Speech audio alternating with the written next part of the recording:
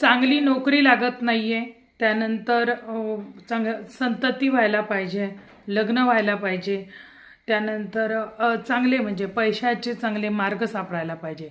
याच्यासाठी एक छोटासा घरगुती उपाय देते तुम्हाला। गुरुवार करायचे आहेत, गुरुवारी उपवास करू शकता।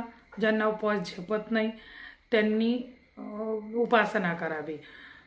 गुरुवारी पिवळ्या रंगाचे कपडे घालावेत, त्यानंतर सकाळी उठल्यानंतर म्हणजे स्नान करायचे, पिवळ्या रंगाचे कपडे घालायचे, त्यानंतर मग पिवळं फूल असेल, त्यानंतर हरभऱ्याची डाळ आहे, ह्या सगळ्या गोष्टी, गूळ आहे, या गोष्टी दत्तगुरूंना अर्पण करायच्या आहेत। आणि त्याचप्रमाणे दत्ताला प्रार्थना करायची, ओम बृहस्पतये नमः, ओम ब्रूम बृहस्पतये नमः या मंत्राचा जप करायचा आहे।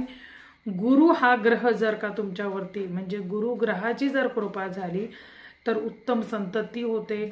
मुलांना चांगली, जर का कॉलेजला जाणारी मुलं किंवा तरुण मुलं ह्या उपवास करतील किंवा ही उपासना करतील तर त्यांना चांगले चांगले करिअरमध्ये छान छान चान्सेस मिळतील।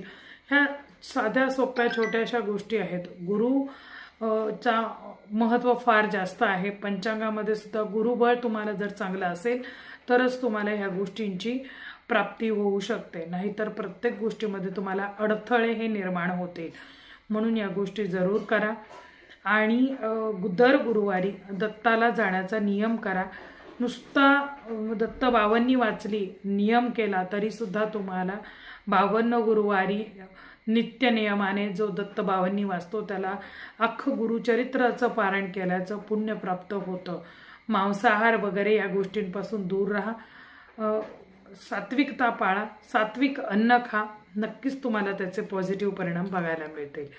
अशाच छोट्या छोट्या उपायांसह पुन्हा भेटते, तोपर्यंत जय जगदंबा।